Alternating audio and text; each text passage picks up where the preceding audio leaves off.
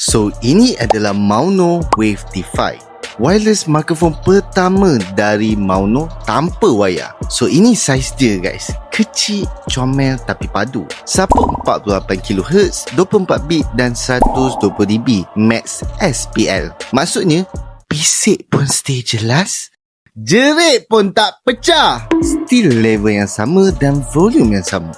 Paling best dia adalah 80dB SNR, Signal to Noise Ratio. Suara korang akan jadi lebih clear macam dalam studio. Background noise semua dia tolak tepi secara natural. Nak lagi clean? On je AI Noise Cancellation. Kat tempat bising pun suara kau still akan lebih fokus dan jelas. Dia datang dengan apps Mauno Link untuk korang setting segala features dan function dia ada. Sini macam-macam korang setting.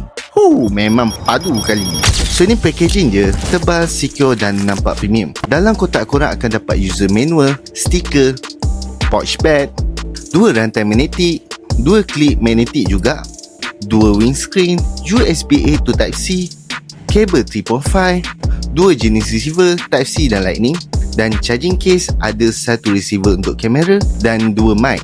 Dan last sekali ada 1 hard case untuk simpan semua ni. Charging case dia dari matte finish ABS plastik. Material ni memang biasa digunakan untuk peralatan elektronik disebabkan dia jenis yang ringan dan tahan rasak, tak mudah calar, tak tinggal cap jari dan nampak premium. Kat belakang dia ada port Type-C untuk pengecasan. Mic dia pun jenis matte finish juga. Ada 2 mic button, 1 mute dan 1 lagi untuk aktifkan AI noise reduction. Receiver pun ada button untuk noise reduction juga. Belakang dia ada magnetik, boleh lekat terus macam ni, nampak lebih clean. Kalau nak sorok lagi, pakai je rantai magnetik ni, lekat, masuk dalam baju, orang pun tak tahu. Nak keluarkan pun boleh, akan nampak lebih bergaya. Nak cepat, pakai jenis klik. Senang cerita semua dia ada lah.